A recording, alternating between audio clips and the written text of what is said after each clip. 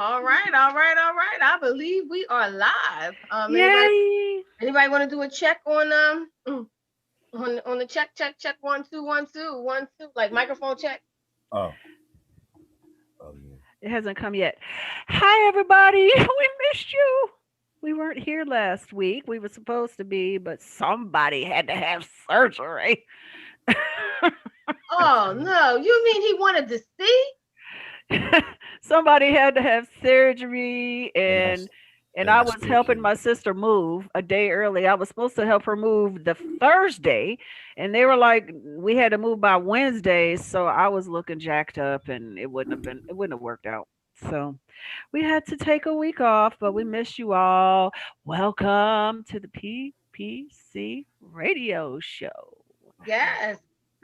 So, are we going to have commercials or should we just dive in? No, I mean it's up to y'all. We can do the tagging and I would say tagging and bagging, but I think that's a different. I'll do the tagging Can you because we guys? are Okay. live. Okay, so anyway, welcome, welcome, welcome. We are so glad to be back with you. And today we have some awesome guests with us. Our theme is Don't Pull the Shoots. And I know people are like, what the heck does Don't Pull the Shoots mean? Well, basically, what it means is when you plant seeds, you have to let them grow, right? You have to water them and feed them and let them grow. Because if you try to rush the process, you can kill the seed, you can kill the plant. And that was the basic theme. But we have Omar McClinton is going to be joining us in a little bit, and Jenny Graham, and at the top of the hour. But right now we have our resident financial guru slash therapist slash advisor, Craig Ingo, also known as CJ Julianis to a few. Welcome, welcome, CJ, to the show. Yo, Hey, CJ, I CJ, need to we need some unmute. Hey, clap. hey, everybody. We need some clap. So since we were gonna we don't have Craig all day today. He's got a boogie. So we're gonna get started right away with him and we'll hopefully go to commercials on the half an hour break. Um but I thought it would be a good topic for him to dive into talking about artists and gig workers and how they and so self-employed people, how they can find stability, financial stability, and a financial future in spite of their unstable careers. Since Omar is a filmmaker and all of that, I thought it would be good a good place for us to start the day. So, what do you say, Craig? I say that I feel the pain of everybody right now who's self-employed or who are in the arts, trying to perform. You know, if you've got to earn your living by playing your guitar or being in crowds or entertaining, any of those types of things, all of that went away last year. My wife Larissa, she does a lot of live entertaining, and she hasn't done really any of that in a year. She only recently started doing some socially distanced stuff. But in the past year, what's really been interesting is that all of that time allowed her to acquire some new skills and refine the skills that she already did have so that she could start monetizing them. So that is something that we all need to think about. What skills do we have that are we can turn into money for ourselves, that we can turn into a livelihood, because we still have a roof over our head we have to pay for and we have to feed ourselves. So I guess I'll ask this of you, Cinda. I Mm-hmm. know you're a performer. You've Mm-hmm. performed for me and you've done wonderful work. But what else are you doing on top of your radio work, on top of your Mm-hmm. entertainment work, your movie work? Have you worked on skills in the past year to Well, this whole platform, podcasting and radio is brand new to me. I mean, I've done interviews my entire life for other people, but this has been blossoming when it when it comes to that. And it's something that I always knew I wanted to do. I mean, I didn't know I wanted to do radio or podcasting, but I knew I wanted to communicate with as many people as I could. So this was the perfect way to do it. And I've been able to gain some expertise, and I'm still learning um, on the tech side and on the communication side and the structure and organization and how to create a platform that feeds people. So this wouldn't have happened if not for those shifts. Now the next part of the journey for me is like moving into the marketing so that I'm actually getting paid for this Right. work. That's the but you can't without the skill you can't get paid, you know. So steps for me was getting the skill. Now I'm getting to the point where I can start getting paid for it. Which is exactly true. So what you're saying, Cinda, and I'm going to include Shelley in on this too. Mhm. What you're saying to all of your listeners is that you took the time and you started educating yourself in how to do things in a better and different way, looking at different you're almost like diversifying your skills. Yes. And when it comes to being successful with being an investor, for instance, which is a big part of what I do, you have to be diversified. One thing isn't working right now. Well, you have 5 other skills that you can put to work. It's the same thing with investing. If you have one stock that doesn't do well, but you own 2,000 other stocks, well, it barely makes a blip on the radar. So Right. that's what you want to do. I can use my wife as an example, who I talk about all the time. Being a live performer, she's done things where she's emceed live events for Mitt Romney and big corporate and political figures. And she goes all the way down, she drills all the way down to doing kids parties where she'll face paint, or she will twist balloons, or she'll do corporate events where she analyzes handwriting, or she will take a love note to a spouse or a mother and write it out in Egyptian hieroglyphs because she knows Mhm. how to do that. She's done events where she's gone out and done henna, which is the temporary tattoos. She's done hagwa, which is like henna, but it lasts longer. And all of those types of things have allowed her to turn a week where she wouldn't work at all into a week where she's worked 4 or 5 freelance gigs. Mhm. And if you're doing 4 or 5 freelance gigs and you're making anywhere from $250 or $300 a gig to $500 a gig, all of a sudden you've got a career and you're making money. Mhm. So it really comes down to, what are you good at? What can you monetize? She roped me into doing that kind of thing. And, that's found money. For me, it's like sushi money. It's like, oh, honey, we just got some money. Let's go have a nice dinner together. Mhm. But the other thing is that I'm a professional person. I'm a professional financial advisor. But you can't just live on that. And when I say live, I mean live a complete full life. So there's an old saying I always go by, without art, we're just apes with car keys and guns. Mhm. And it's true. So what I do outside of being a financial person is that I'm involved in the movie business. I direct and produce films, as Cinda well knows, because she was in my last movie. And while that hasn't turned into a financial windfall yet, that is something that I've been working on for the past year. And that's something we all can do. So we just have to figure out what we're good at. We have to figure out what we are good at that we can turn into dollars and then put it to work. What about you, Shell? What do you have to say about that?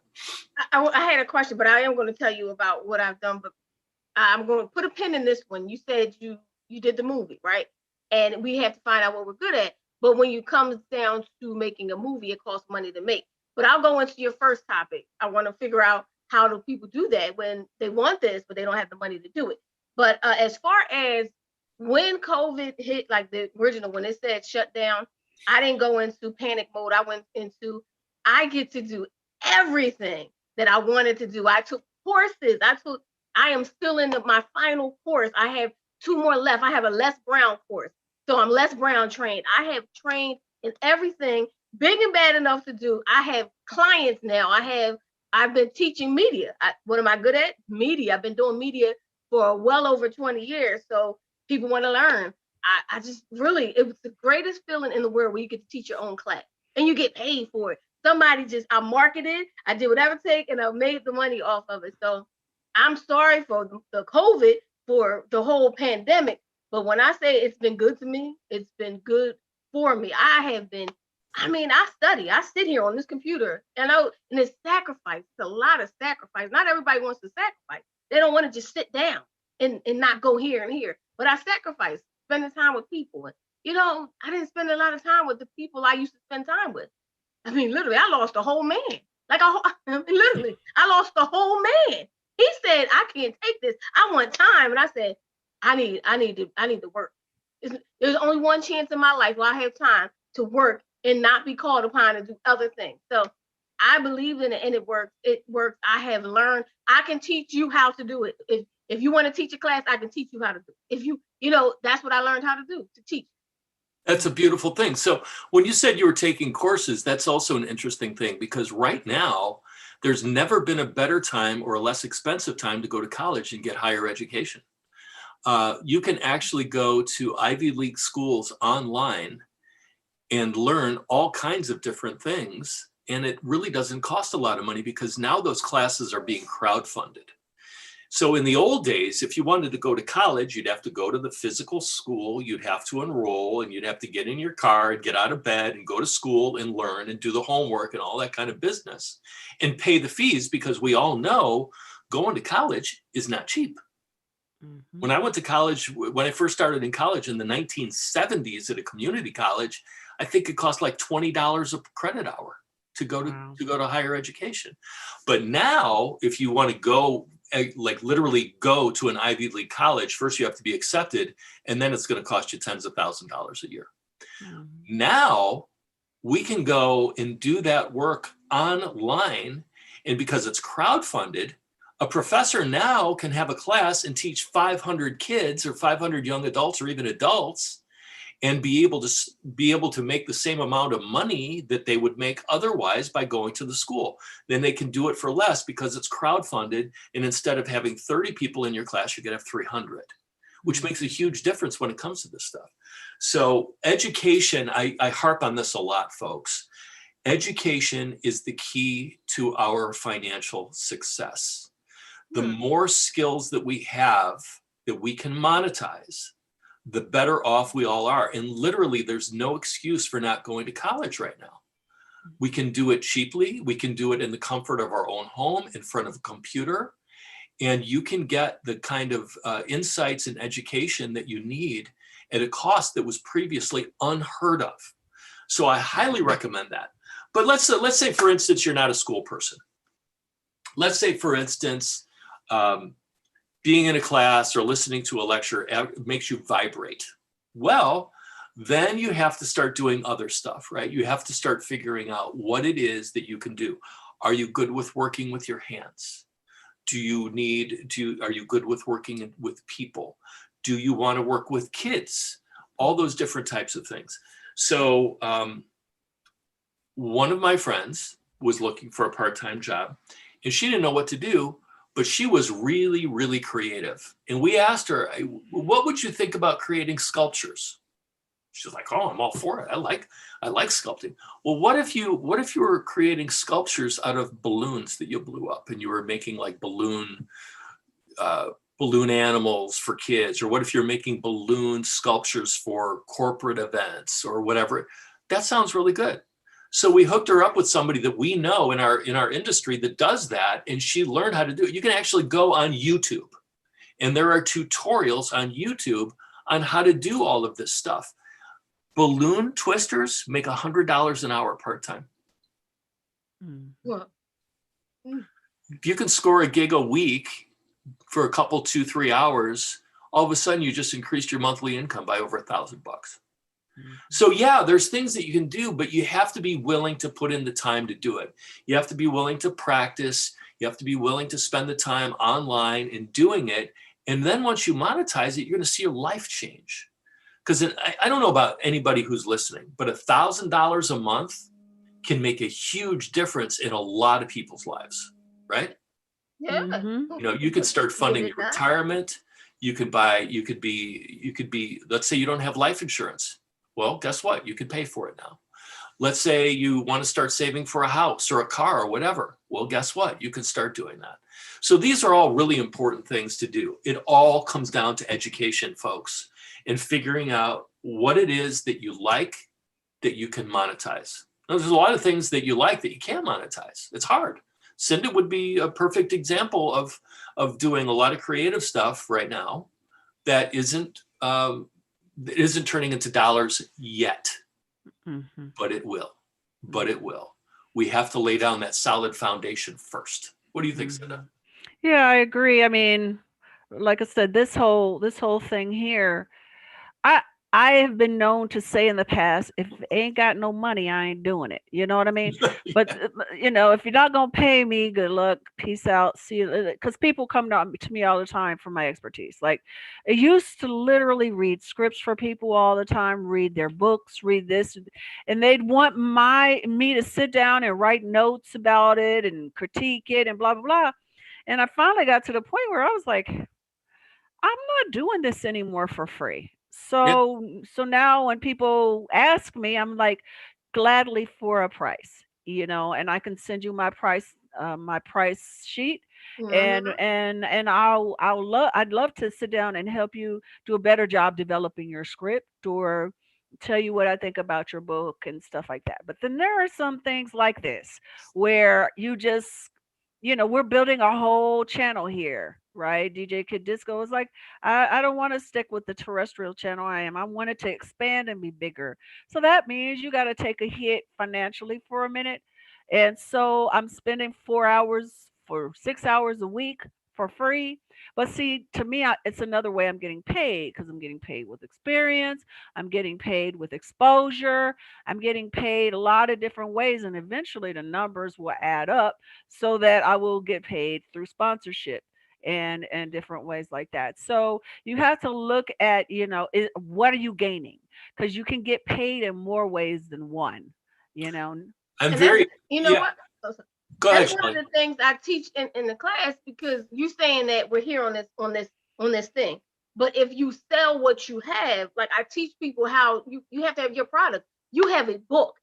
I would have my book in my hand every single day saying, get my book. You have airtime. You have people listening. Somebody Mhm. needs to be buying your products. They need to be buying watching your movies if you get, what I mean, whatever it is. Mhm. So that's another way we're supposed to get paid or how we monetize our media platforms by our product.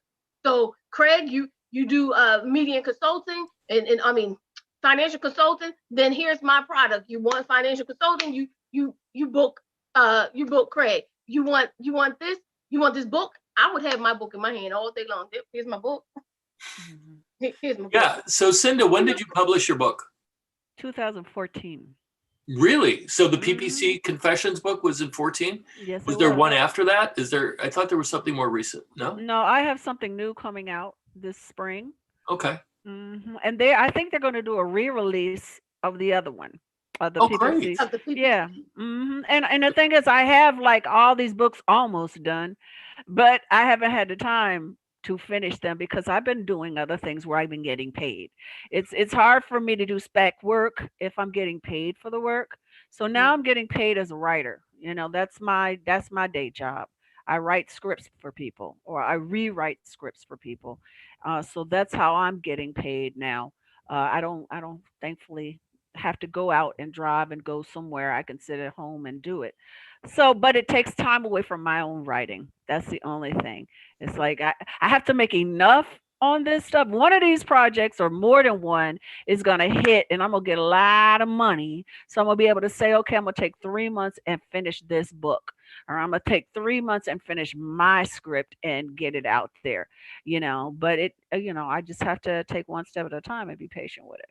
Yeah, as a creative, there's the esoteric value of what we do.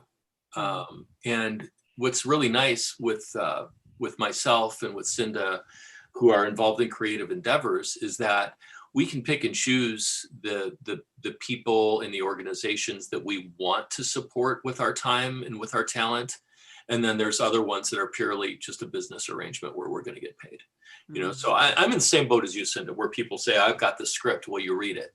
And, you know, I'm a film producer, so I need to read scripts, Mhm. and I do. But when I, like for students, film students, or first timers, or even worse, I'm sure you've gotten this one, Cinda. If I give you the idea, will you write it for me? All the time. No, Mhm. no, you need to do that one. Mhm. Once you get it written, I'll be more than happy to look at it. Mhm. But you've got to do the work. I'm not going to come on and See, do all the work for nothing. I've been doing the work.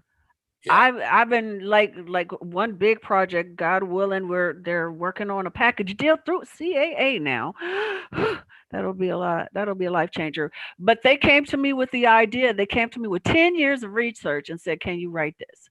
And I did. It was a series, the first season of the series, and I did that. My next big project that I'm gonna do a short film, then I'm gonna write a from scratch. Guy got the rights to the book. I'm gonna write another screenplay. So I am doing it. If I like it well enough, I'm willing to do that. I'm Right. willing to do that Right. because Yeah. I would prefer to do that than work at Rite Aid. You know what I mean? Or substitute teach for $80 a day. I would much rather sit at home and write and create. And be creative. Use your creative. Right. Use your gifts. Use your talent. So Yeah. is it possible to take the money, a part of money that you make? Like suppose we're coming up, you take a part of the money. So is it possible to get a great investment, Craig, that we could Right. turn into more? That is what I want to. That's what I want to get into. Small investments from What can we do? small money. You know what I mean? Well, yeah, let's talk about that a little bit because, you know, as performers, especially freelance performers, you got it tough.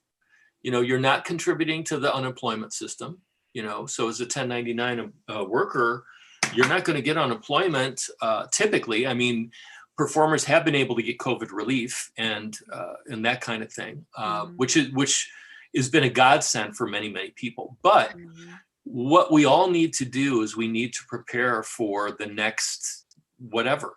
Back in 2015,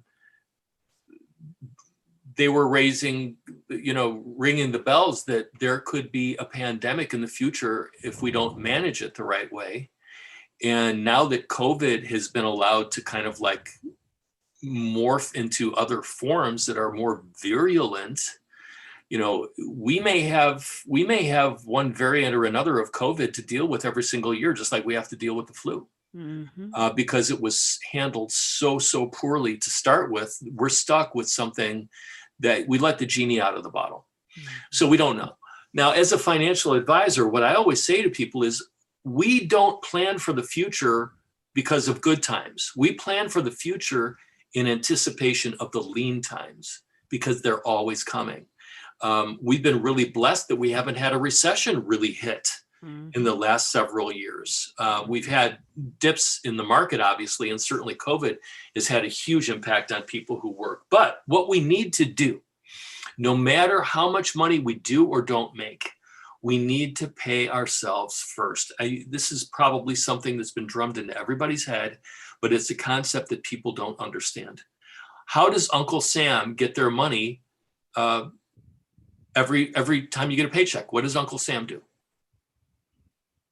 Tell me. Takes it off the top. They take it off the top, right? And you work with what's left over, don't you? You make everything else work based on what's left over. Well, guess what?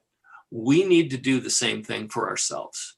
We need to pay ourselves first. So whenever we get a paycheck, we need to put 10% of it into savings, into investments, into making sure that our bills are paid off. But the one thing that we absolutely must do as gig workers and self-employed people is we need to plan for the day when we're not working anymore. And it's harder for gig workers because you don't get matching money from your employer. You have to do it yourself. And the only way to ensure that you're going to have money for the future is if you take on that responsibility yourself. Nobody's going to do it for you. Now, somebody like me, I'm a financial quarterback. If somebody has something that they're doing that has a dollar sign attached to it, they need to call me, because at our age, I don't know how old you are, Shelley. I don't know how old Cinda is. I'm 62.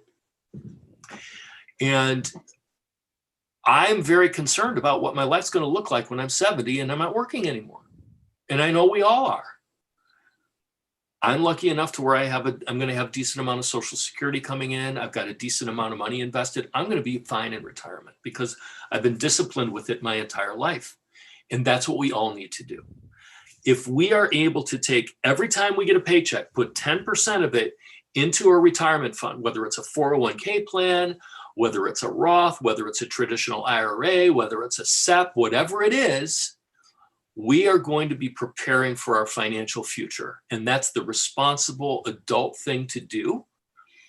And we all must do it. The thing that we all have to realize is we all have the opportunity to be wealthy if we're just disciplined about it. And that's why I always recommend get yourself a financial advisor. Get somebody that you can bounce your financial ideas off of, and somebody who will be honest with you and say, that's a lame idea, don't do that. Or do this, and you'll be able to start seeing success over time. So we got to pay ourselves first. Do it like Uncle Sam. You'll never miss the money. You're still going to be broke, but you're going to be broke with savings. Doesn't that sound better? Broke with saving. Yeah. So, you need that. So no matter what, we've got to take money from whatever we make and put it into our IRA, whatever it is that we've got. We've got to do that. The other thing that we have to do is we have to build up a rainy day fund. We need to have money set aside. If the transmission falls out of the car, what are you going to do? You're going to fix it and put it on a credit card at 25% interest? Or would you rather have the money liquid that you can just pull and pay for it and not be paying all that crazy interest rate? Mhm. So those are two of the hugest things we need to do. We need to educate ourselves and figure out what we can do that we can monetize. And then a couple other things, our health. Mhm. If you are not healthy as a freelance person, guess what? Mhm. You're not working. Your number one financial asset that we all have is our health. We should take every day and do something for our health, whether it's going for a walk, lifting weights, riding the bike, whatever it is that gets your heart rate up and get your muscles engaged. Take care of your health, because without health, you've got nothing. And then finally, educate yourself. Educate. Oh, one more thing. How important is it to be with the right partner in life? Well, now you just cut. No, I'm just You just cover. We Well, all I think he's saying that if you choose a partner, it should be the right partner. exactly. Cindy, Not that you right. should have a partner, but No. if you choose to have that, it should be the right amen. partner. Amen. Hallelujah. Go on. Right. So, getting with the wrong person, whether you live with them or have a long-term relationship with them or are married to them, and they are not on the same page with what you're trying to accomplish money-wise, it's not going to work. It's not going to work. If you marry somebody and end up getting divorced from them, it will set you back 10 years in your financial planning. Amen. Hallelujah. It's Yeah. true. It's true. So what I always say to women, and I counsel a lot of women, is ladies, depend on yourselves. Never depend on a man to get you where you want to go. Now, if you find the right partner, they will help you and support you and do everything that you need to do for life, but you need to be with a person that you know that you can do it with. If you have a feeling like, this relationship is, this is Mr. Right now and not Mr. Right, that's okay. Just don't get into financial bed with them. Don't allow them to take your money. Don't let them be on your mortgage. And don't trust that they'll do the right thing. Exactly. Don't put them on your... Because when people are mad, they do all kind of crap.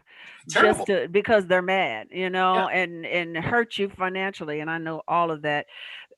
Before we move on, I just wanted to say hi to all the people listening in. We have James, Brian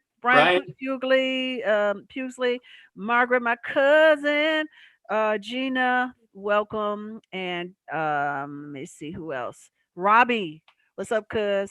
And of course, Jenny's listening in so she can be prepared to talk with us.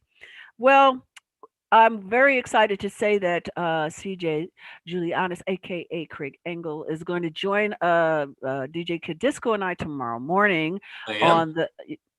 You forgot? No, I Uh-oh. am. Okay. Yes, on the Melanated Morning Show. So there will be the entire hour will be on these things. So, do you want to give them your information? Because I know you're going to have to leave early. So Yeah, you want to give yeah. them your information now? So as a financial advisor, I am constantly going to school. So I have Mhm. continuing education today. My name is Craig Engel. I'm a regional financial specialist with Allstate. I specialize in helping people with their finances and doing everything they can to create wealth for themselves. You can reach me at craigengel@allstate.com, or you can call me. I'm at 219-333-1460. And then one other thing for your listeners, you may all know, you may not. You may have joined late. I'm a filmmaker. Cinda was one of my co-stars in the movie that I directed and produced. It's called The Misadventures of Mistress Maneater. It's on Amazon right now, streaming, so you can watch it for free. So anybody who's listening, please watch. Please look out for Cinda. And if you would be so kind, give us a star rating on Amazon. And if you're feeling ambitious, write us a review. We would love that. Yes. Thank you so much, Craig, for joining us. Okay. And we look forward to seeing you again tomorrow. Yes, sir. DJ, Yes, ma'am. DJ Kid Disco, are we going to have some commercials or are we going to go right into our next segment? Y'all haven't been hearing all of those sound effects all this time? Nope, Nothing. none of Not at all. Wow. Nothing. Not at Okay. all. Okay, I'm out of here. Goodbye, everybody. Bye. Bye. Thank you. Okay. I'm going to look for the link to the movie and put it in the comments. You think I can do that? Can I find it? Yeah. Google it? Yeah, you can do that. So, okay, tell me, are you going to do commercials or should we just skip that because we haven't heard anything? Wow. Okay. Try Yeah. it. Let's try it. Let's push the button and see.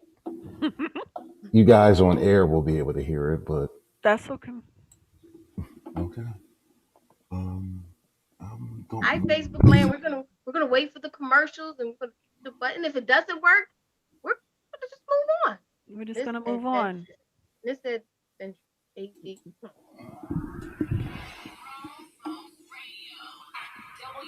WGFBFM radio. So are you ready? How it used to be. Something for everyone. 24/7, 365.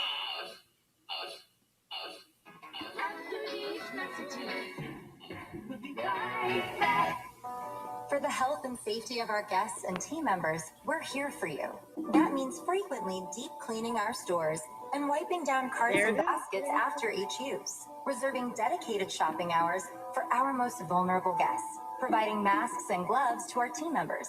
And offering contactless shopping options through the Target app, like Drive Up and Same Day Delivery. We are here for you now more than ever, and your health and safety is our highest priority. Learn more at target.com/a bullseye view. Oh, look at your name. Treasures. Vibrant fruit flavors like strawberry dragon fruit Oh. and passion fruit. Energy from green tea. All under 200 calories. Order ahead via the Dunkin' app for contactless quick order. Pay and pick up in the drive-thru. America runs on Dunkin'. Price and participation may vary. Limited time offer. Amazon is hiring near you. Earn a competitive wage and start as soon as 7 days. No resume or experience required. Health and safety are a top priority with all of Amazon's roles and sites. Amazon is taking precautions in their buildings to keep people healthy. Go to amazon.com/apply. That's amazon.com/apply. So if you're listening on Facebook, we are still here. We're live. We're gonna come back with all the great stuff going on, but I'm getting ready to drop this link right now. Oh.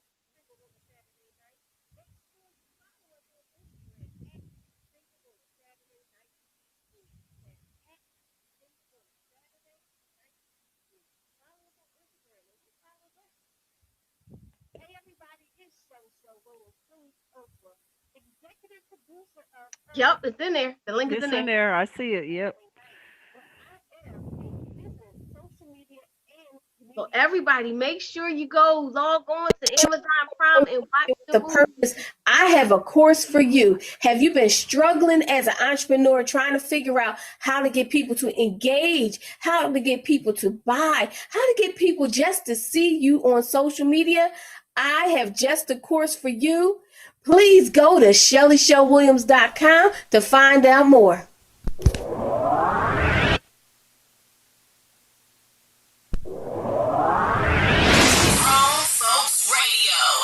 WGFB-FM radio. So are you ready? Yeah. How it used to be. Something for everyone. 24/7, 365. Yo, what's good? This is Tracy Lee, and you already know I gets down with the get down, man. Grown Folks Radio all day. Hi, everybody. This is Cinda Williams, and I am the co-host of the Melanated Morning Show and the host of the PPC Radio Show. And you are listening to Grown Folks Radio. Radio. It's the PPC Radio Show. Hosted by Cinda Williams and co-hosted by Shelly Williams. Music by All Night Long. DJ Joe Storm on the Grown Folks Radio. Wow, I haven't heard commercials like that in a week and a half. So glad to be back.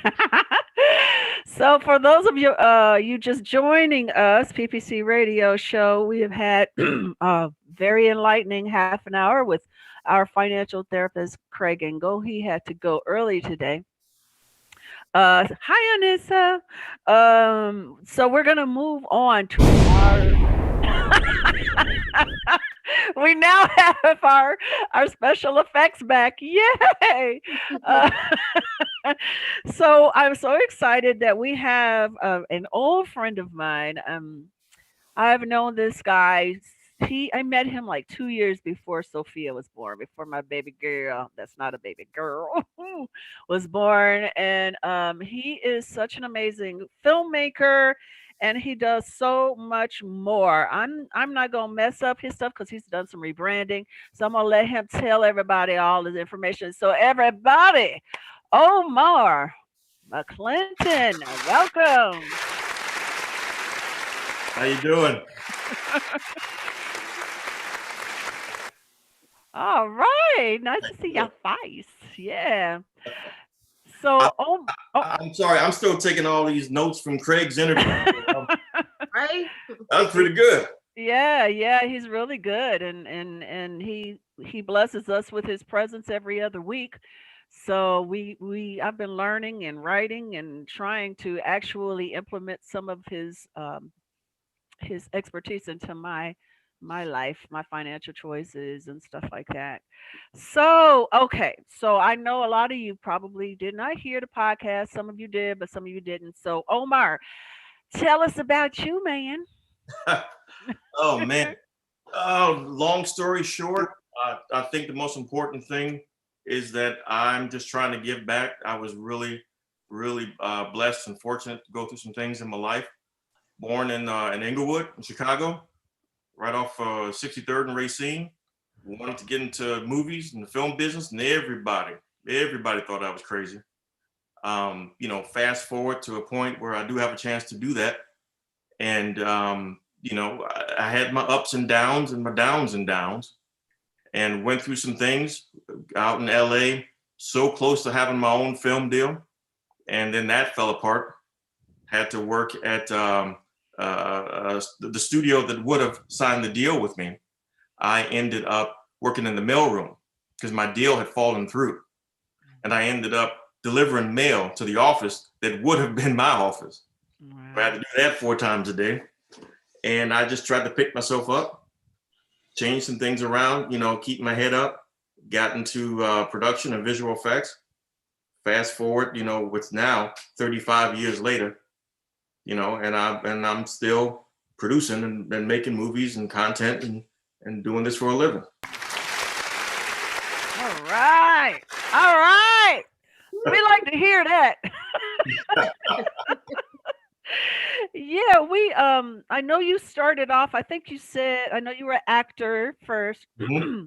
and then you became a writer, You became a writer, which is kind of how we met because you wrote something and we got something that God willing will get made one day before I'm like in the ground. You and I both, but yeah. We wrote this really great script and I can't wait to share it one day. And I would love to be in it. And I would rather not be the 90-year-old family member. You will not be the 90. That's wrong. It started off, I was the daughter, then it went to the mother. Now I think I'm grandma age, but it's been that long. It's we've been working on it for a long time. But anyway, so so tell us about what you're doing now. I know well the film festival Right. and then your new adventure. So what happened is that after going through all these, ups and downs and downs, like I explained to everybody, I want to spend some time with my family.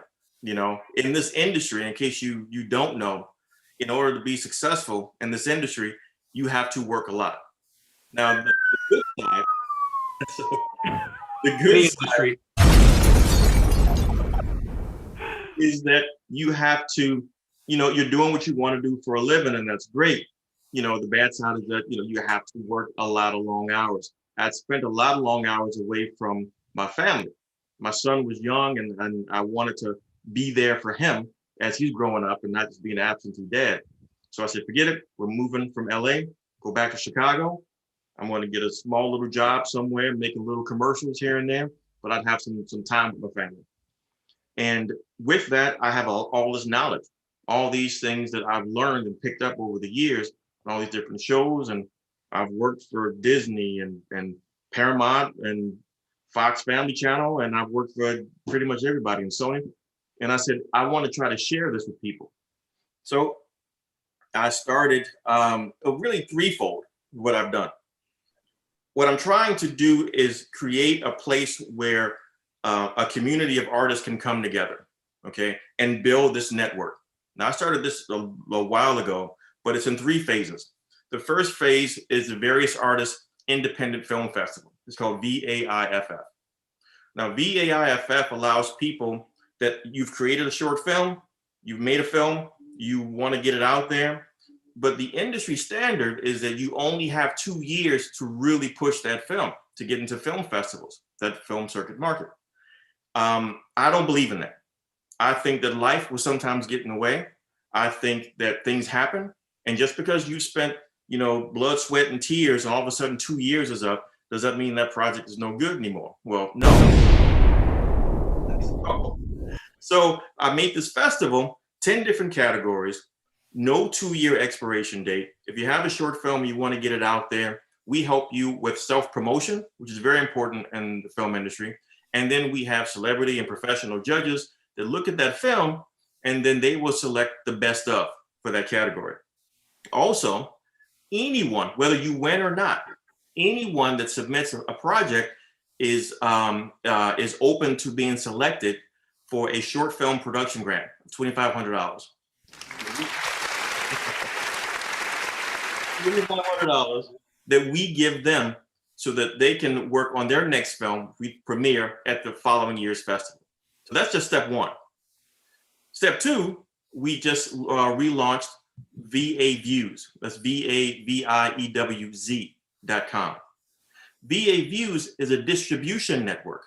So after you've done your film, you've produced your film, you've gone through the festival circuit, but you still want to get that name and awareness of your product, and you as a company, as a brand, and you want to do that with other professionals like you, we've created VA Views. So I have first run films, I have the best of YouTube and Vimeo, and I also have these independent projects that in the fall will be participating in profit sharing along with the rest of the company, so we all can help build each other up and help build each other's awareness and really get our names out there.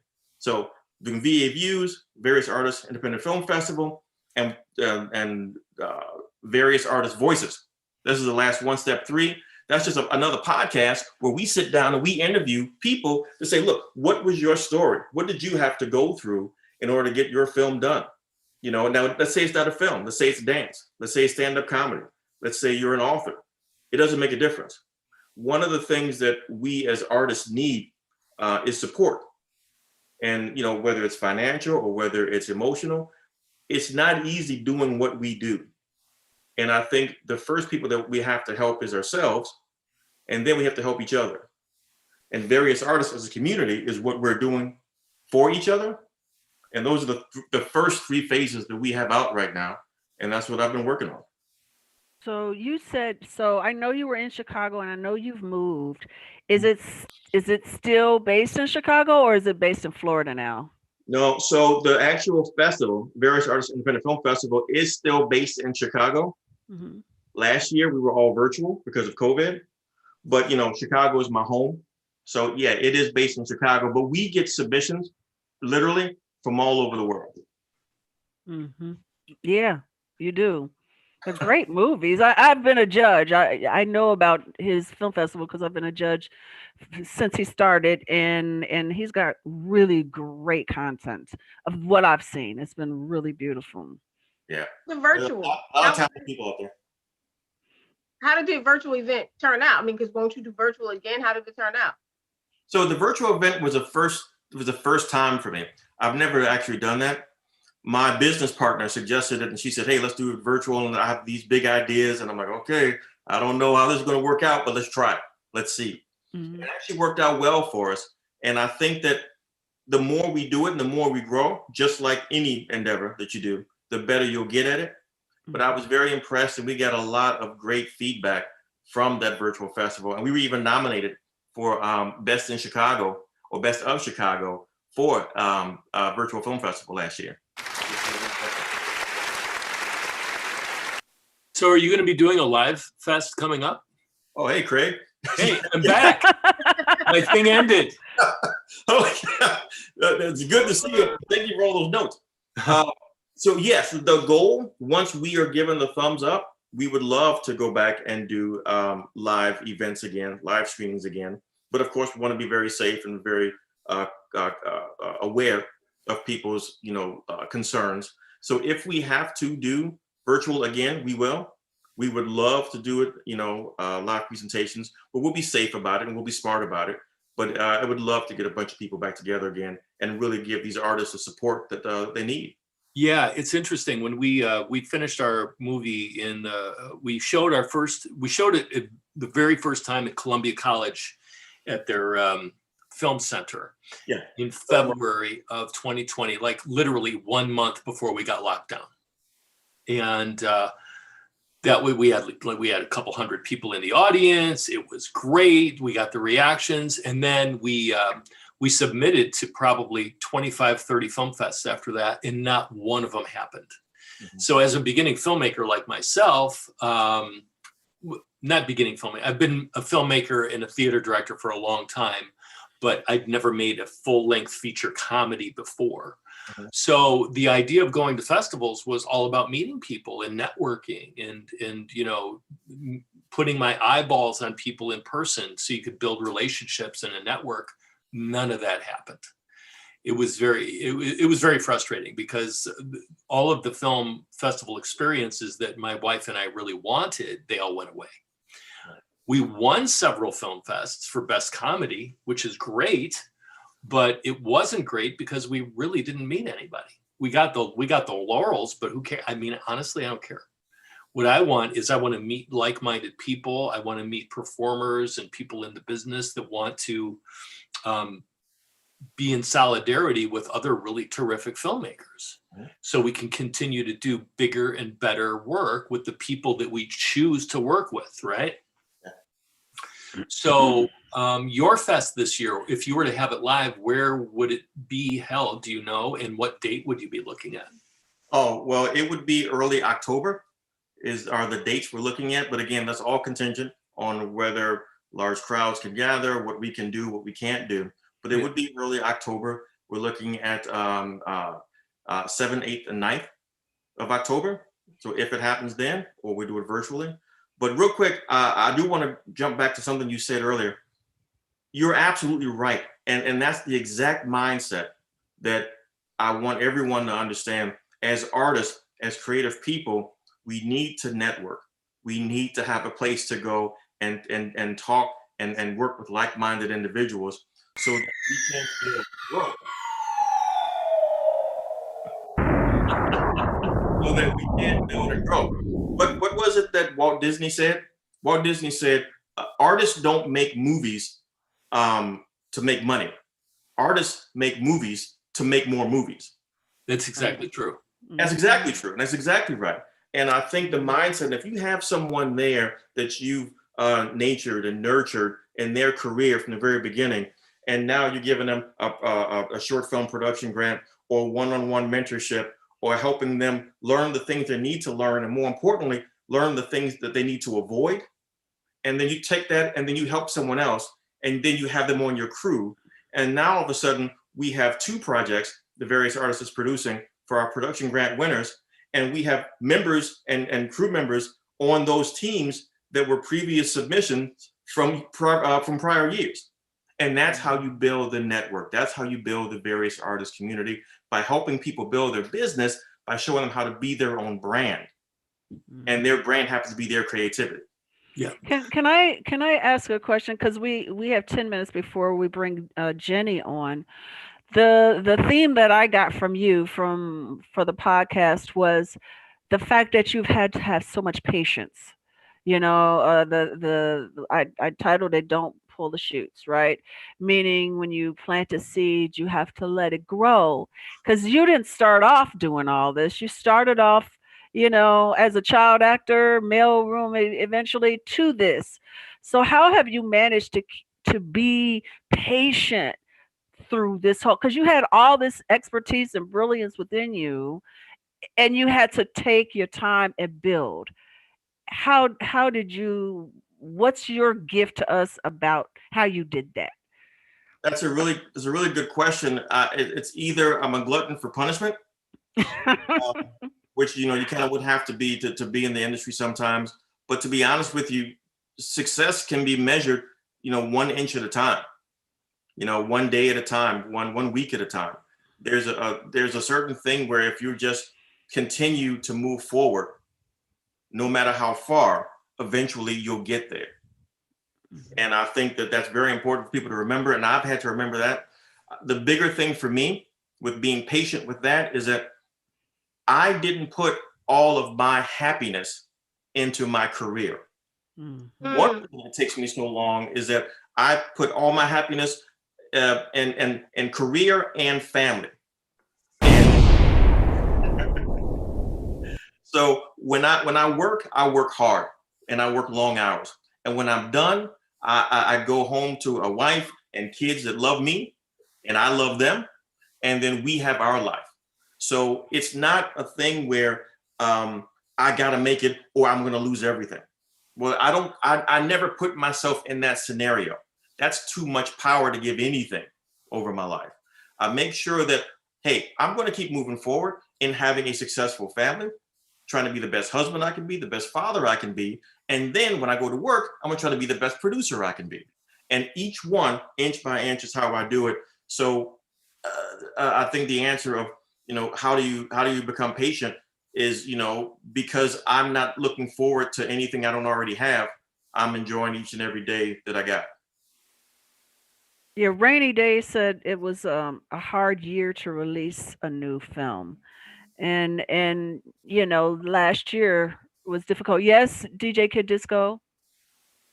Yes. Can I ask my one weekly random black guy question?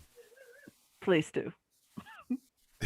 You don't want to ask a white guy question there? Come on. I'll get yours tomorrow.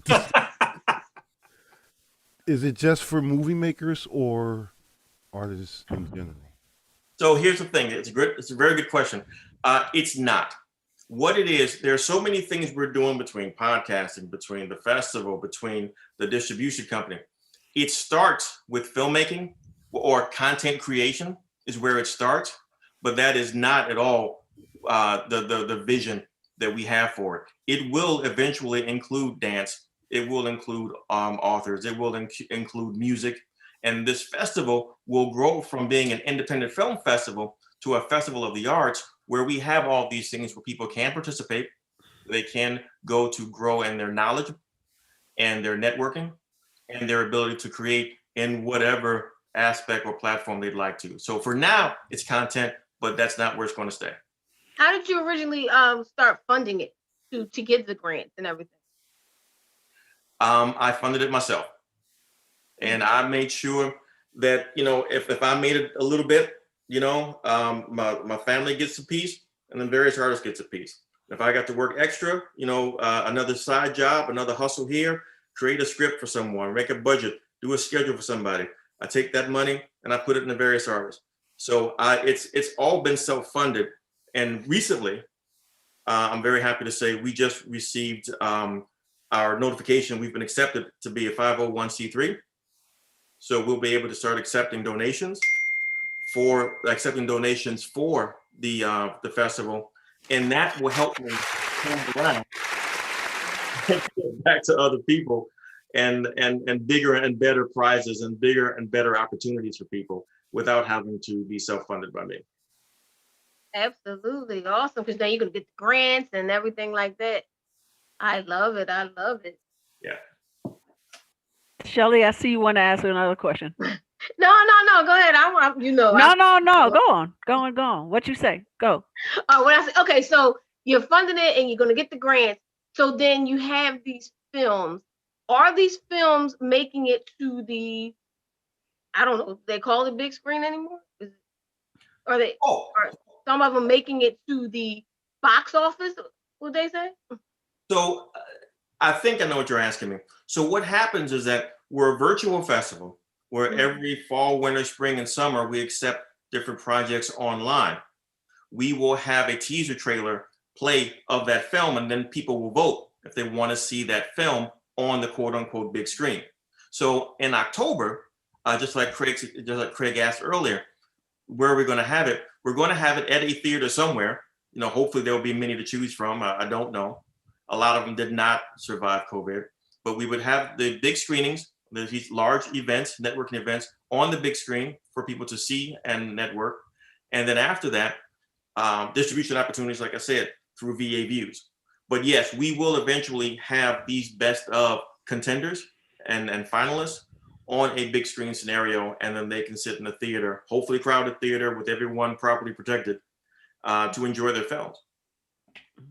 Do we ever think it was going to come to that? It's funny, we got to preface everything by hopefully we can get it together. Hopefully we'll be able to do. It's like you got to preface everything like we can't make these future plans based off of we don't know what's about to happen. And you know what, Shelley? The best thing about that's exactly the kind of mindset artists have anyway. When you don't have a lot of money and you don't have a lot of resources, you have to find a way to make a way. So whether it's the festival or anything else, what the world has done in response to COVID is what producers do anyway. We find, and it's what actors do anyway. I mean, because you have to. You literally don't know from season to season if you're going to be the one they choose. So you can't put all your eggs in that basket. You have to have multiple streams of income. You have to have, and you can always tell like the super smart and really no, not super smart. No, that's not the word I'm using. Very, very creatively talented people that don't have any business sense.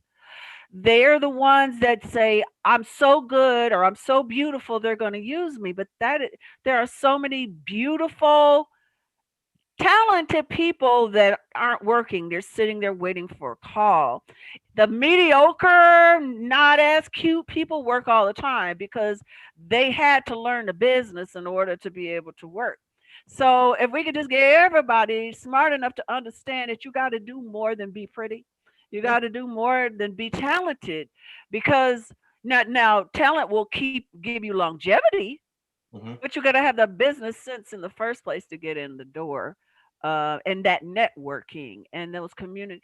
I feel so bad, and I was one of them. I feel bad for people that are very shy and afraid to talk to others, because it's hard to make relationships if you're not comfortable with communicating with people as yourself, not as a character. But what I did and how I learned was I became Cinda. Cinda was a character for me in the beginning because I was very, very, very scared of people, very, very shy. I couldn't talk to anyone. I know that's not believable now, but there was a time that that was me. Someone sent me this interview with me in 1991, doing an interview, and I was like, I really was. That was who I was. And so my therapist, thank God for her, said, "Don't be Cindy when you go to the parties. Be Cinda. Create a character. Be Cinda." And eventually Cinda and Cindy will merge, and that's what happened, you know. And on that note, we are going to take a commercial break right now before we bring in our financial I mean, not our financial therapist. I've been here. Our therapist, Jenny Graham. Sorry, I'm mouth. He's putting everybody's name together. Look, it just merged. I'm merging us all. We're all like a big pot of soup. Okay, you gonna take us commercial, man? Yeah, You got something to say first. I gotta get me a OMG drop or something, because I swear my partner and I were having that very discussion this morning, weren't we, Shelley, about how to earn? Yes, absolutely. I have this conversation with everybody. It's because I believe in it. I believe in the power of creating your income. And if I wasn't a witness to it, I couldn't be talking about it. But I'm a witness to what it is and not allowing yourself to limit your thoughts. If you want it, you get it. Because I want to be creative for the rest of my life. I love being creative, but I'm going to use Craig's his financial wizardry right there, all that to go with it, because I have to invest the money to make it more money. And that's it's amazing. 60 seconds real quick, and I promise we'll go. I was saying to Shelly just this morning, I said, Shell, I'm going to, once, the peepers get back, I'm going to go back to work. And she said, really? I said, yeah, because by trade, a lot of people don't know, I am actually a building mechanic by trade, licensed. And I said to Shelly, I'm going to go back to work. And Shelly's like, but you can't. You have to find other ways to earn. But in the meantime, I still got to put steak on the table, And I'm like, as a gig worker, as a performer, as a producer, what are we to do? Well, she said, well, how was you earning beforehand? You're right.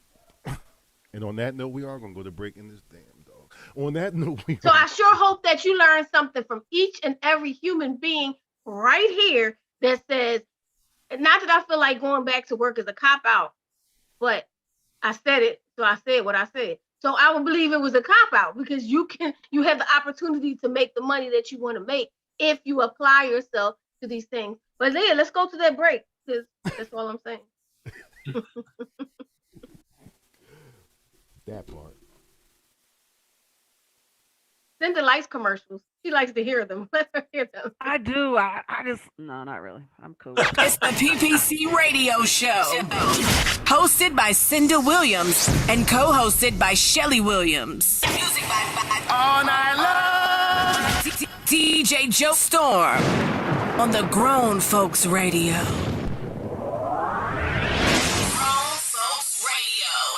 WGFB-FM Radio.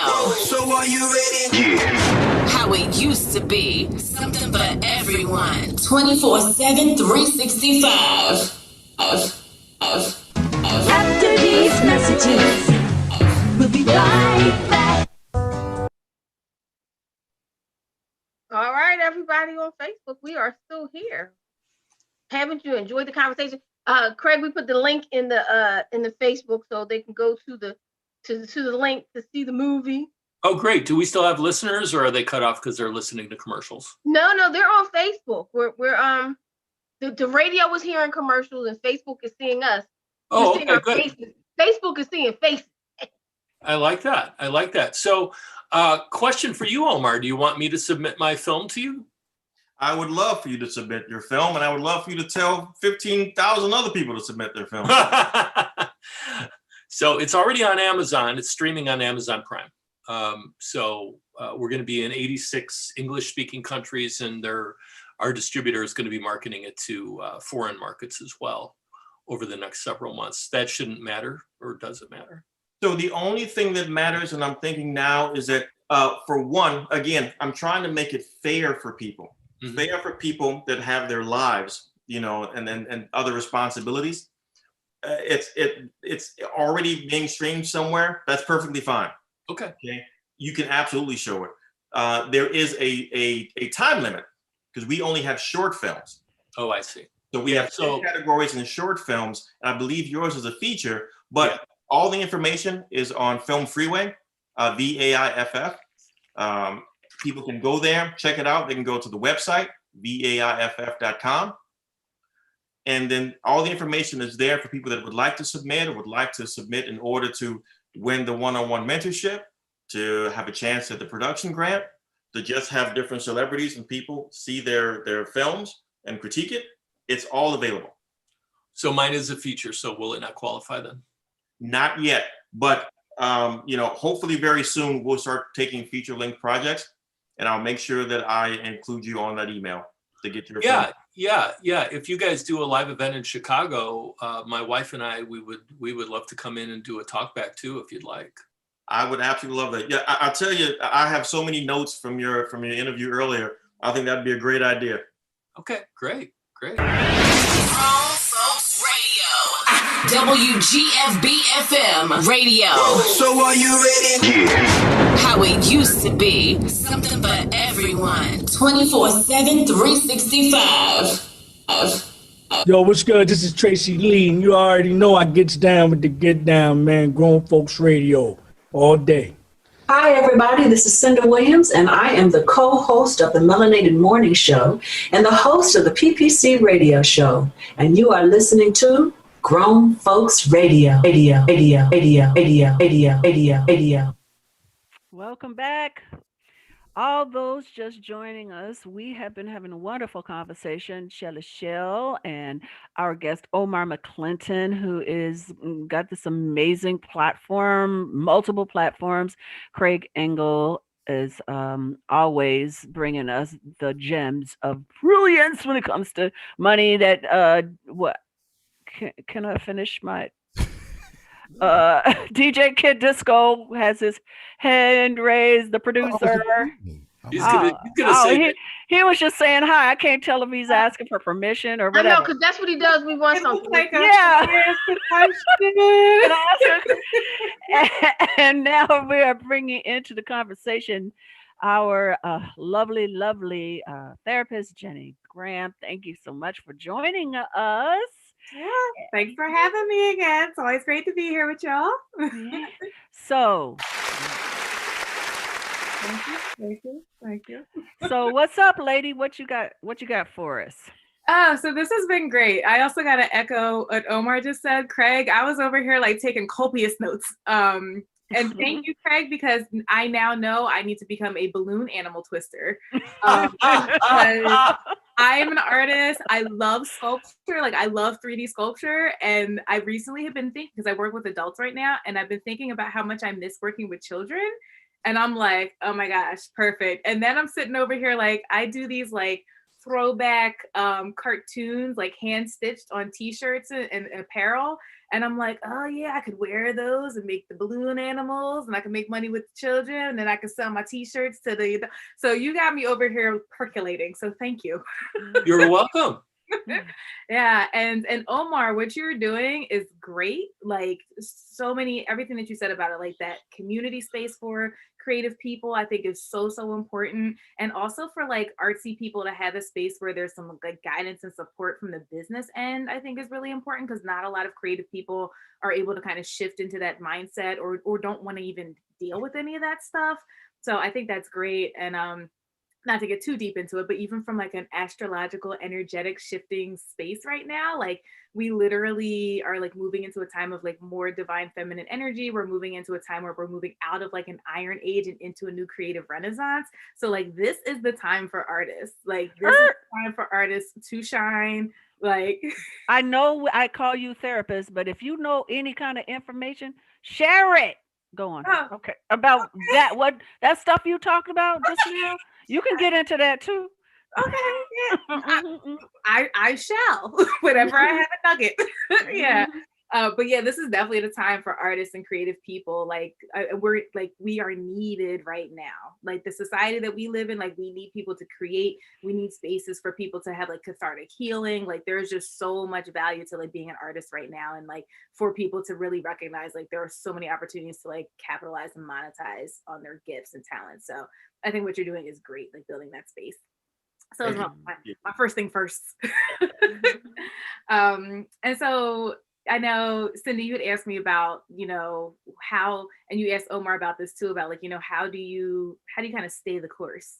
How do you continue to be patient, show up for the process? And Craig, you touched on that a little bit too, even from like the financial perspective of like, really it's like delayed gratification, because we definitely live in a world where like people want instant gratification, and there are so many things that support that you can get it now, let's connect to the person now, like make it happen right now.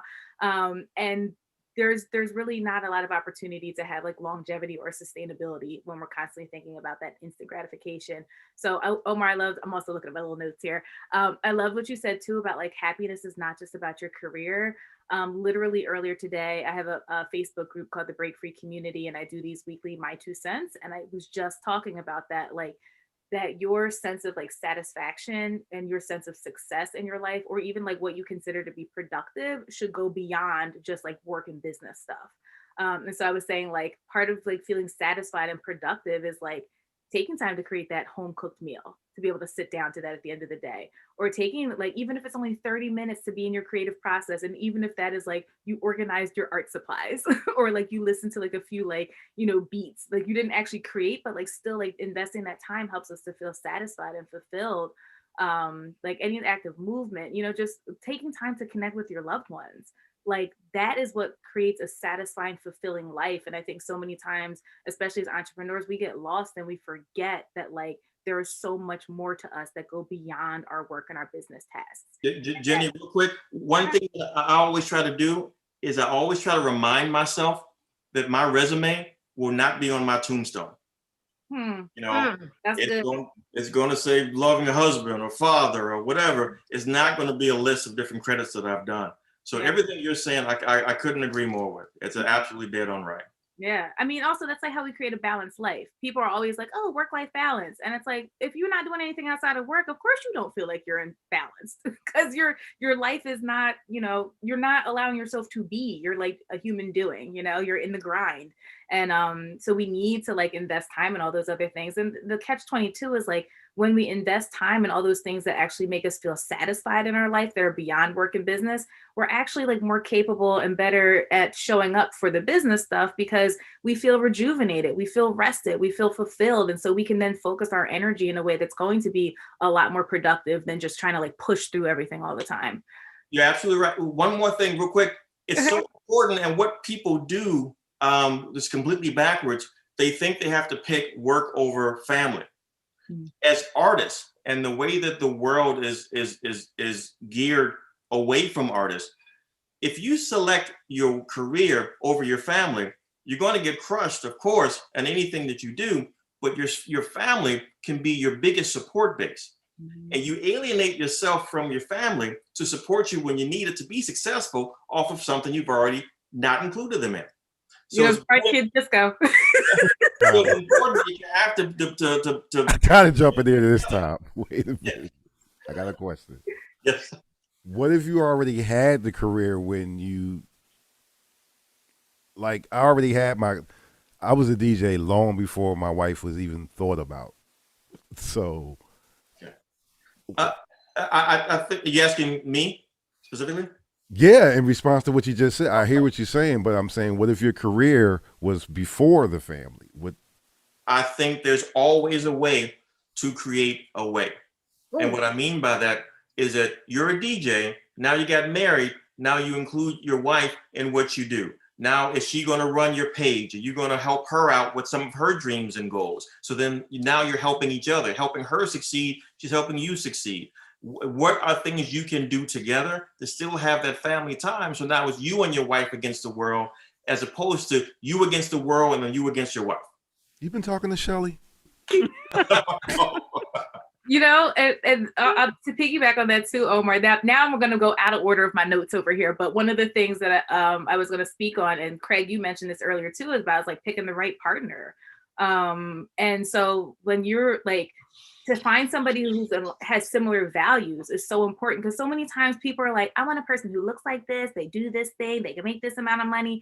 And it's like, well, do you guys value the same things? Because you guys may have different interests, but the same types of values. So it's really about like seeking out a partner who share in the values that you have in terms of like what your goals and your visions are for your life. So then it's more of a natural reciprocity in terms of how you show up and support each other, because you value the same things. And Kid Disco, I used to date DJs back in the day, and I was a bartender, so it worked out well. We could show up. We were the party, So, back in my bartending days. I think we also should be clear that family doesn't always equal a partner or your children either. It could be your sister, Shelly. It could be your. You know what I'm saying? It's not. Family does not equal father and 2.5 kids all the time. Sometimes it's, whoever it is that's your family, could be biological, might not. I've got family that's my, my blood, and I got family that's not. I got, my partner and my daughter, and then I got my bestie out in LA and in San Diego, and then I got family all over. And I think investing time in those, if it's just a phone call to my girl on my walk, or go spending the weekend with my sisters and my whatever, that is an investment in me if I give time to them. So it can be that structure, that immediate family, that the married thing, or it can be something else. But you have to be grounded in something beyond your career, I think, is what you're saying, Jenny. Am I right? Yeah, and also too, you're so true about like the types of relationships. I mean, also any relationships that we have, if we are building relationships with people who share in similar values, once again, similar values can look different in action. But like if you have similar values with somebody, those are the relationships that are fulfilling. Those are the relationships where you can show up for each other. And also what I've been doing recently is you guys can do voice notes to people. A voice note is a really nice way to just like reach out to somebody and like, let them know that you're thinking about them, that you love them, you appreciate them and stuff like that. So yeah, do those little actions to like build those relationships, but like investing that time, like I was saying earlier, like that's how we have more of a fulfilled, satisfying life. And that also is what helps us to show up for our life in the ways that like, feel most in alignment for who we are. But like it does take that investment of time. But I feel you when you say investment of time, and I get it. And I mean, maybe I'm the least one to speak on the whole thing because I'm single on every night.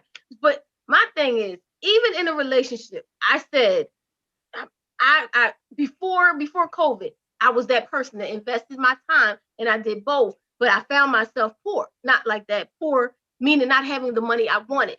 But I felt like, why can't you just take some time, moments, months maybe, and just invest it into your business? That doesn't mean you're neglecting the person. It says, I feel like they should understand, let me do this now.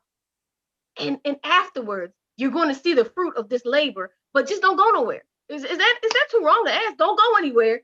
I'll be right back. Is that bad? It depends. So one, I think we all have seasons in life.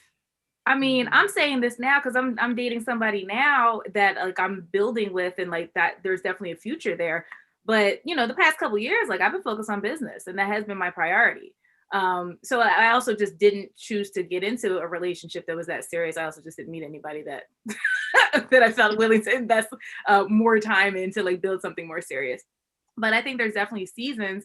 But I think also too, like if you give that person that information up front, like that person they can make their own choice, Right. So I mean, I think that there's more nuance to every situation, but like if you're clear about like this is where I'm focused on, what I'm trying, like what I choose to invest in right now, then you should do that. I would definitely not say not to like invest in other areas that don't feel like a priority for you at the moment. And what they say in relationships, it's the old AA saying, slower is faster. And the key to any successful relationship is always communication. So that's really good advice. If you're going to be doing this and this and this, but you still want that person to be around in spite of that, if you communicate that, that's exactly what Jenny said, and then they can make their own decision. But one of the things that I discovered as an older person that is completely different from the way I operated when I was a younger man is that with my wife, I've been with 16 years now, we took it slow and we allowed our relationship to have some air in it. And we allowed our relationship to not get physical right away because we wanted to find out and learn about each other separate from that. A lot of times when couples get together and the physical starts right away, they may end up staying together for the wrong reasons. And it usually ends up being short term. I really now believe, now that I'm an older man and I have a successful relationship after being single for a really long time, is that when you put your time in and your effort in to really learn about somebody as a human being, learn about their heart, learn about their soul, learn about all of those things, then when the physical stuff starts happening in relationships, that's when it becomes life affirming and it takes on a completely different meaning than if you jump into those things way too soon. Yes. So thank you, Craig, because that means that I'm in a good space right now. You are. So where I'm with my dating process. Yes, we've been building and getting to know each other, and there has been no physical anything yet. And we're learning all this. Thank you, kid discount.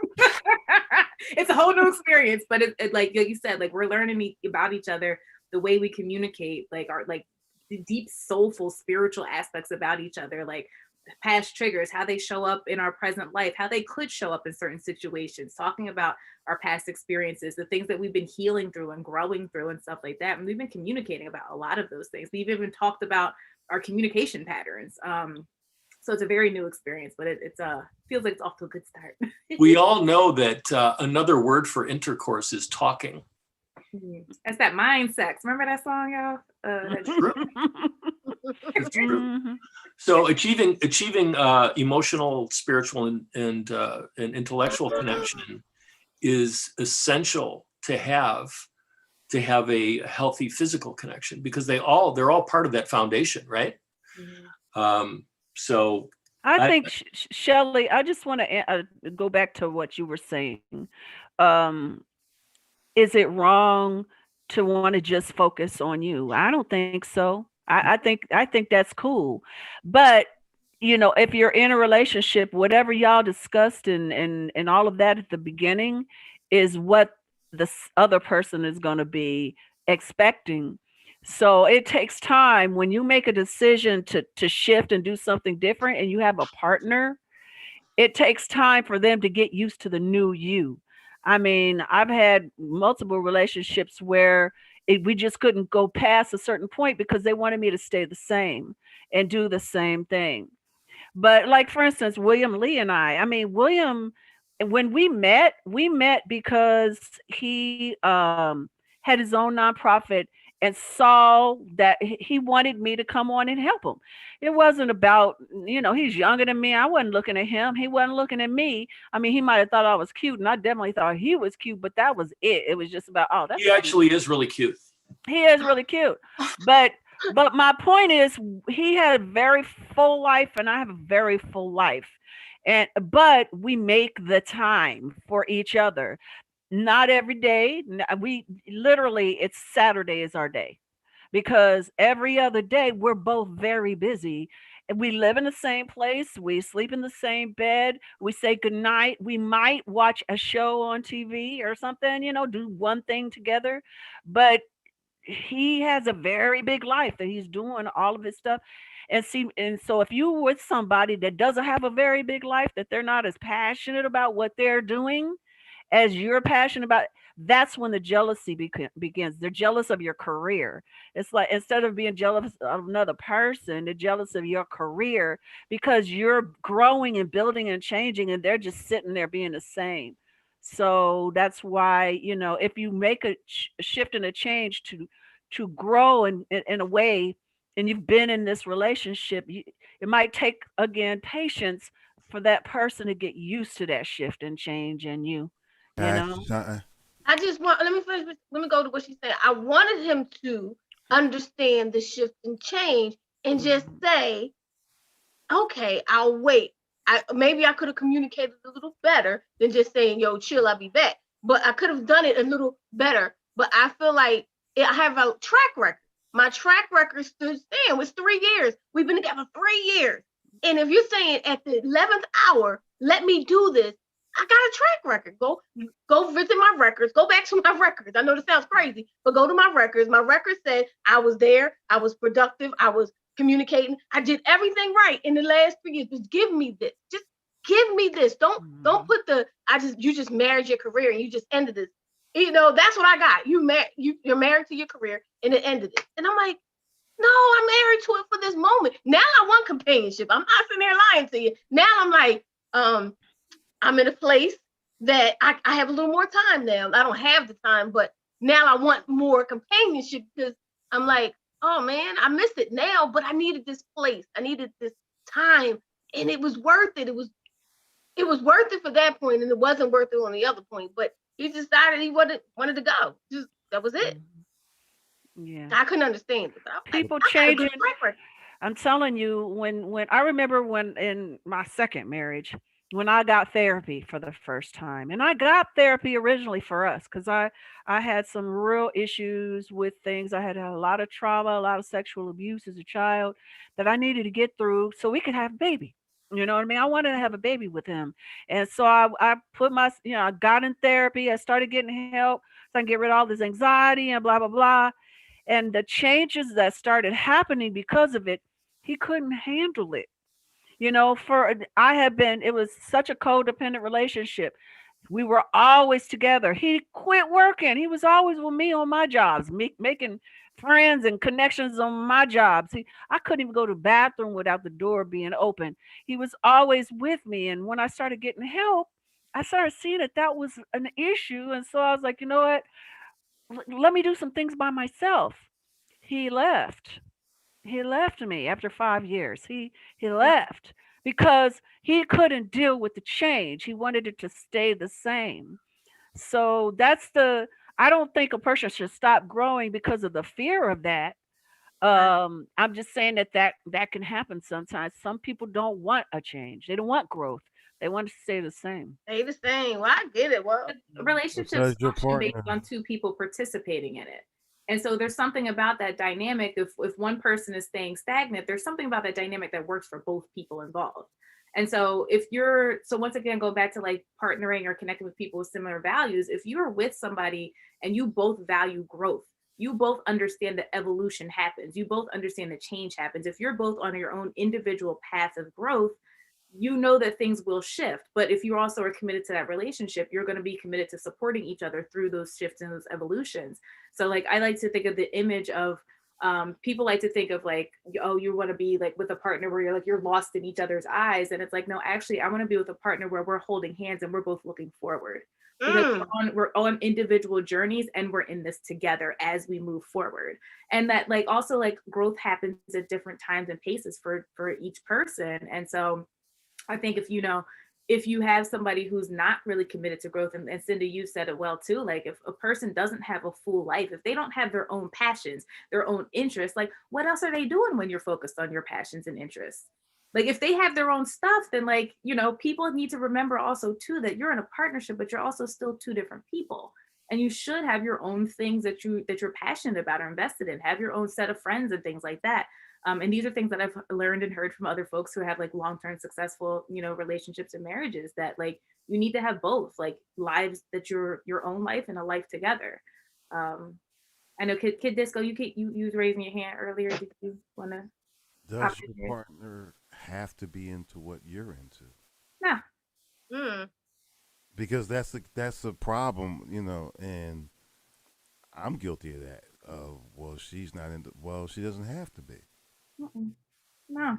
There's a difference between supporting someone and being into it. You She's know what I'm always saying? supported from Yeah. there. Yeah. She's not Then into it. then I know, like for me, sometimes it irritates the crap out of me that William Lee doesn't listen to my show. I'm like, hey, you don't care about what I'm doing.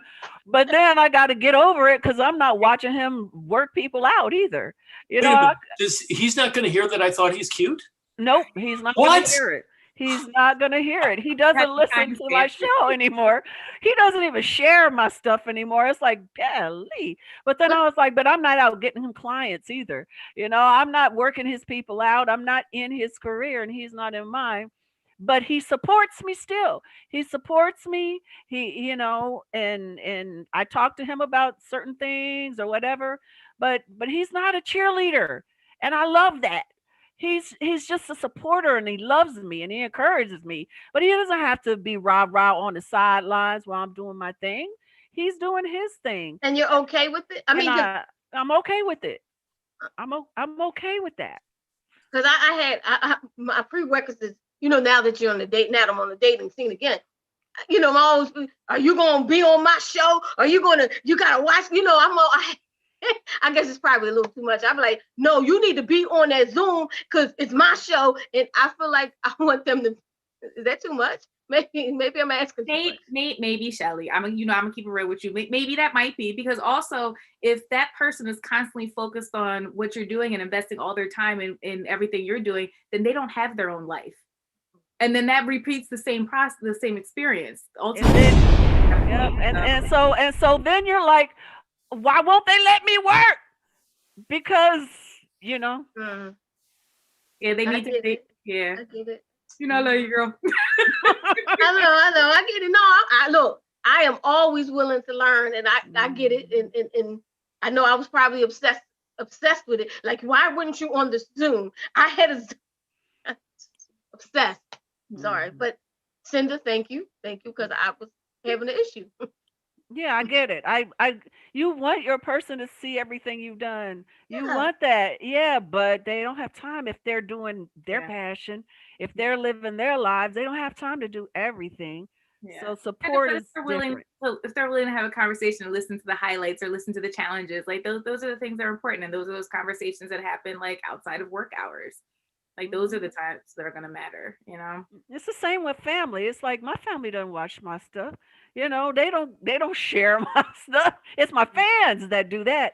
My family loves me, but they are not my fans. Okay, they are my family, and I've had my moments of hurt. Oh, come y'all listen, but you know what? They're doing their own thing, and I know they support me. I know they love me. I know they pray for me, and that's good enough. If like for instance, my brother, hopefully he's going to come on a show, Melanated Morning Show next week, because he's got some expertise about the vaccine, and his son might come on and blah blah blah. So that'll be cool because he'll be there, but it means something to him. It's something he can communicate about. He might not be talking about movies and making movies. He don't care about nothing like that. My grandma's not watching nothing. But like that is my homegirl. She loves me, she supports me, but I'll be like, oh grandma, I'll be on this radio show. She's like, oh, that's great. I'm like, you want to listen? She said no. She's 90. She got things to do. She's being honest. Yeah, my mother was the same. My father was really the only person in my family that watched everything I did. My mom just loved that. My mom saw it. I just saw her little heart and her little. Yeah, my mom saw she's watching. Thanks, mom. Love you. Thank you, mom. Yeah, my father had every poster. He watched every movie. He was the first one that read my book in my family, and it was hard on him. My book was not easy on him, and but he did. But that's the only one. I have one brother that's kind of supportive like that, and my sisters are in and out when they can be, but you want your family and your friends and your partner to have a full life too. They can still support you and not be there following you in your being in your shadow. And my mom, she's on now. She just said hi mom. My mom would be quick to remind me too. I actually don't want anybody who doesn't have a life, because if you're constantly like always like, hey, good morning, hey, what are you doing? How's it going? Like, what are you doing now? Like, yo, don't you have something to do? I'm busy right now. Like, I want to give you my time. Like, I got stuff to do. And my mom's always quick to remind me of that when I'm like, he's not giving me enough attention. And she's like, if they gave you too much attention, it'd get on your nerves. I'm like, yeah, you're right. You're right. I'm being corrected on all of this. So how about you, Omar? Does your wife support you? Is she in your business? Does she do the records? You said that you put that first.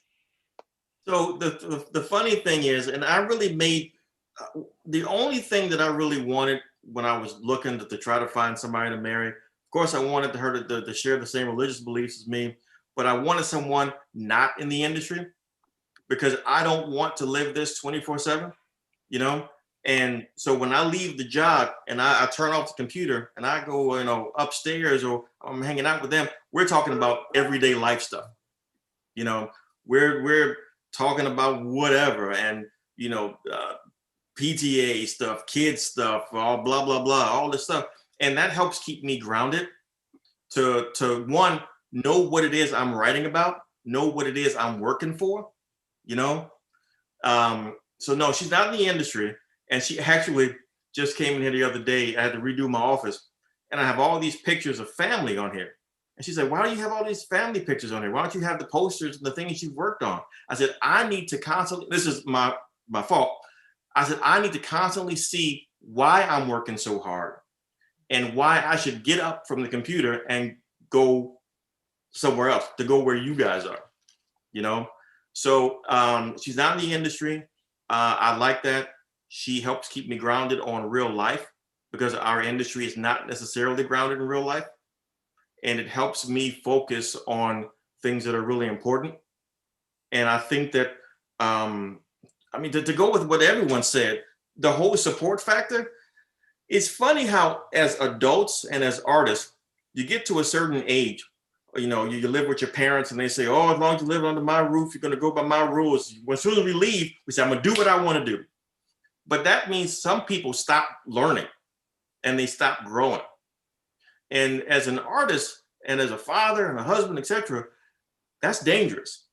So my wife supports me in letting me learn things, new things, watching movies that I would never watch, learning, reading books that I would never read, because she's like, Omar, I really like this. She shares it with me.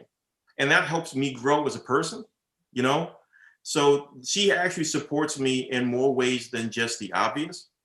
And I think that's important for all artists, again, to remember. And again, what Cinda said was perfectly right. Family are the people that are there for you no matter what. They don't have to be your blood. They're the ones you can call on at 3 o'clock in the morning. My car broke down. I'm on the way. That's family, So it really varies on what you need and what you can give, and those are the people that show the support and the love and the everything you need to be successful in life. And that in turn boils over to having a successful career. Does that make sense? Yeah, that was beautiful. I mean, what you said, she supports you to grow as a person. Yeah. Like that's love. Like that, because she wants to see you win. She wants to see you be your best you. So I think it's beautiful. Like that's definitely an important aspect of support, at least to me. I appreciate that. I know I did too. No, I appreciate it too. I just like to hear all sides of it, because you can't just get a whole picture unless you hear all sides of it. And I know I stand corrected on so many things, and that's what I needed to learn. I stand corrected on so many things. Takes a real adult to admit that, honestly. That's another key in relationships. I learned a long time ago that I needed to learn how to apologize without any conditions. Just, I'm wrong, you're right, I'll do better. And I can't even tell you how many situations those simple words have diffused over the years by not having my ego involved in disputes or in conflicts. It's made a huge difference in the success of my marriage. Because, well, first of all, my wife is always right, but that's kind of beside the point. I had to learn that. In my situation, my wife and I are both in the business, but we also have life outside of that. So we have enough things in commonality to where we always have something to talk about or whatever, but we also have enough outside things that we're involved in that it brings in fresh ideas and starts new conversations, which is so important. Larissa oftentimes says that she feels like our marriage is like a 15-year sitcom. And, you know, as long as we're communicating and dreaming together and laughing together and avoiding stupid things, like I'm a man, so being stupid is inherent to my nature. So I have to really work on that. Yeah, but it's been really, really good, because when I finally decided, like Omar said, that I wanted to find somebody, I didn't want to be single anymore. And I found Larissa. I realized what it was going to take to be with her. And she's evolved and I've evolved. And we expect that over the years, you know, that people are going to change. But no matter what, that we're always going to be there to support each other. And that's really the most important thing. So what's the name of the sitcom? It's the Angel Pants and Doofus Show. You knew I was going to do it, Craig. I Angel Pants and the Village Idiot. Variety Hour. Variety Hour. Okay, on that note, we're going to let everybody introduce and, you know, tell us what you got going on, because we need to get to some Joe Storm mix in the next few minutes. So, Jenny, I want to start with you. Where can people find you? Blah, blah, dee, dee, da. Sure. Well, you can go to my website, www.traumafreeuniversity.com. That's where you can learn more about the therapy services we offer. I'm actually a licensed art therapist, and my lead clinician is also an art therapist. So we offer art therapy, individual virtual art therapy services. I also am a life empowerment coach, and so I offer a 90-day breakthrough program, which is like my individual one-to-one process, and a year-long wellness program called Self Synergy 101. So you can find that information about those there. You can follow me on social media. You can find me on Instagram at TraumaFreeU. So that's TraumaFree and the letter U. You can actually find me at Trauma for You on LinkedIn and Facebook as well. We also have a private Facebook group called the Break Free Community, where you can connect with me and I share little nuggets and wellness tips, and we take moments for creative and collective mindfulness experiences that involve art and creativity. And yeah, we're currently accepting new therapy participants. So if you've been looking for a therapist and you really want somebody who's compassionate, who's culturally competent, we are your people. We do not work with insurance companies though, so we are pay out of pocket, but we do have some other options for that. And what's my last thing? My last thing is that I have a workshop coming up on April 20th. I have not yet announced everything for that, but it is Be Your Breakthrough. And this is for ambitious change agents. And we'll be exploring dynamics around healthy relationships, healing from trauma experiences, and being your most authentic self, regardless of the stuff that gets projected onto you from society. So, all right. Sounds awesome. On with me. Yeah, and Jenny, I'm gonna call you because I want to have you on here more often. So we'll talk. All right, Craig, you already did it, but go for it. Tell us again how to contact you. Sure. So I'm Cinda's financial therapist. I'm at craigangle@allstate.com. Email me with any of your financial questions. I'm more than happy to answer them. And on a side note, my feature film, romantic comedy called The Misadventures of Mistress Maneater is now streaming on Amazon. It's free, so you can watch it. Cinda is a co-star, and we're thrilled to have her in it. And if you could, leave us a star rating. And if you feel ambitious, leave us a review. All right. And Omar, let us have it. For me, I'll keep it very simple. I think the best way to reach out to us is that step one I mentioned before, and that's the festival. So you want to go to VAIFF.com. That's Various Artists Independent Film Festival, VAIFF.com for people interested in that. Or the distribution aspect is VA Views. That's VAVIEWZ.com. And from both websites, you can connect to our Facebook and Instagram, see some things we've done in the past, hear about some things we're going to do in the future, and then, join the community of artists. All right. Thank you so much for coming. Shelly, you got something you want to announce? You can follow me on Instagram at Shelly Shell Williams. Tonight is Single on a Saturday Night, comes on Comcast 66, Verizon 29, or all over the world, phillycam.org/watch at tonight. So what I got. All right. Thank you. Kid, you want to say something? Tomorrow, the random black guy and the random white guy are going to sit down and talk some financial politics. And So does that mean the random black woman isn't invited? You're not random. You're not random. You're the awesome. Oh, I'm the only one that's not random. Okay, go on. Pretty much. Yeah, I asked me to give him a name, so I had to give him one real quick. I was on the phone. I was doped up with Tylenol PM. Yeah. So random white guy here is going to be on the show tomorrow with Cinda and Kid Disco. What's up real quick? 10 a.m. Just in case you missed it, it's 10 a.m. tomorrow morning on the Grown Folks Radio or on Facebook Live. You can check out Eddie Davis. That's because that's on your Facebook, and Cinda Williams. So 10 a.m. Yeah, Eastern. And I'm excited next week that for the show PPC next week we will have my little brother Mike Lee, who is William Lee's little brother for real. He's singing and it's really great. He's super smart and got full of heart. So I'm excited to have him on next week. And my podcast, and he's on the podcast this Friday. So check that out. All right, I think that's it. Let's DJ Joe Storm. For everybody on Facebook, thank you for joining us. Please come back. Come back tomorrow. Come back every day. We are here and we love you and we appreciate you. And thank you. For those of us continuing on.